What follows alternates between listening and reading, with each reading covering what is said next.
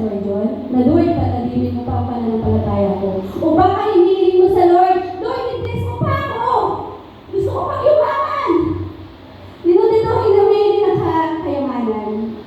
Dito hinihiling na Lord, motor lang ngayon, gusto ko sasakyan. Di ba?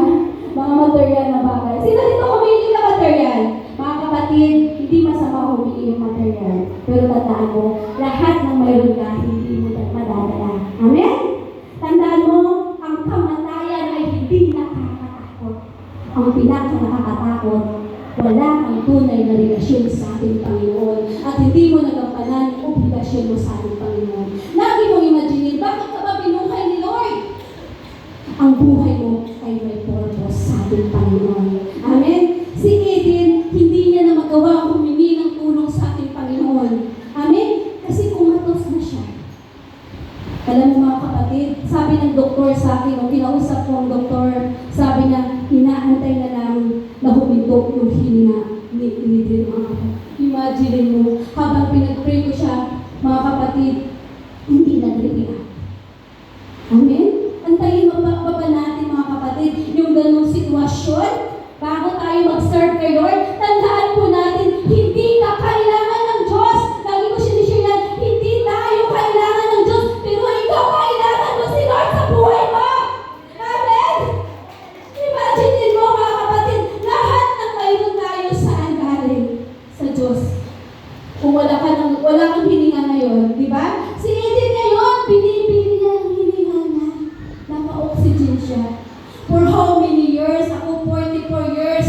Blessed ako. Dahil yung 44 years ko, hindi ko binayaran ang hininga ko. Amen? Kaya ito ang gusto ng Panginoon sa iyo. Palalimin mo ang pananampalataya mo. Bakit? Yan yung pundasyon mo. Agwas na malalim yung pananampalataya mo. Kahit anong bagyo pa ang dumating sa buhay mo, hindi ka maano. Amen? Yung hindi malalim yung pananampalataya, mga kapatid, kunting problema lang, ayoko na. Kunting may nakikita lang sa church. Ano ba yan ang church na yan? Bakit siya nagsiserve kay Lord? Bakit ganyan pa rin ang ugali? Marami kang makikita, mga kapatid. Tandaan mo, hindi ka naglilingkod sa tao. Amen? Kaya ito yung paalala ni Lord. Palalimin mo ang pananampalataya mo sa Kanya. Praise God. Hallelujah. Buksan natin mga kapatid ang 1 Peter. 1 Peter chapter 5 verse 9. Sabi dito, na siya'y laban niya matatag sa inyong pananampalataya. Nabang inyong nalalaman na ang mga gayong hirap ay naganap sa inyong mga kapatid na nangas ng sanlibutan. Amen? Paalala ni Pedro na hindi lang ikaw nakakaranas ng pagsubok. Lahat ng disciple ni Lord naranasan ang pagsubok. Lalo na si Job. Imagine mo, lahat ng mayroong si Job, mga kapatid, ay nawala. Amen? Kahit mga kapatid, binigyan siya ng karamdaman. Ang sabi ng asawa niya sa kanya, hindi mo pa ba susumpa ang Diyos mo? Anong sabi ni Job? Pagpapala lang ba ang nais mong makamit mula sa Diyos?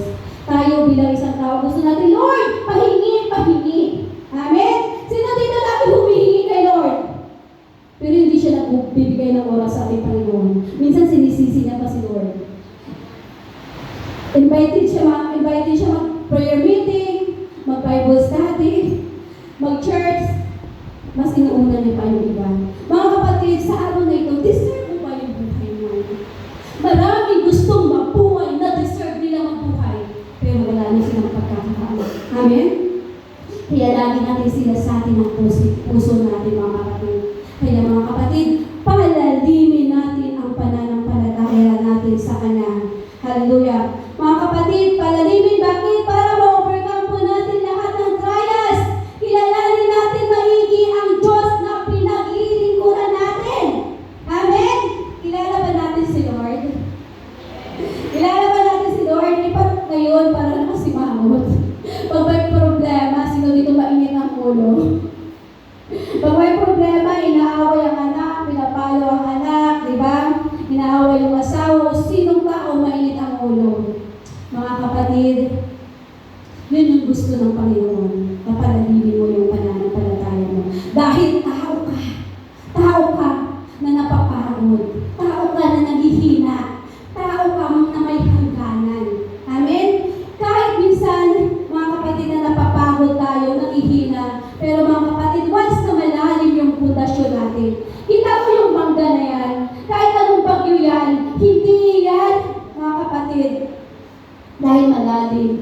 pundasyon niya. Hindi siya natutumba. Amen?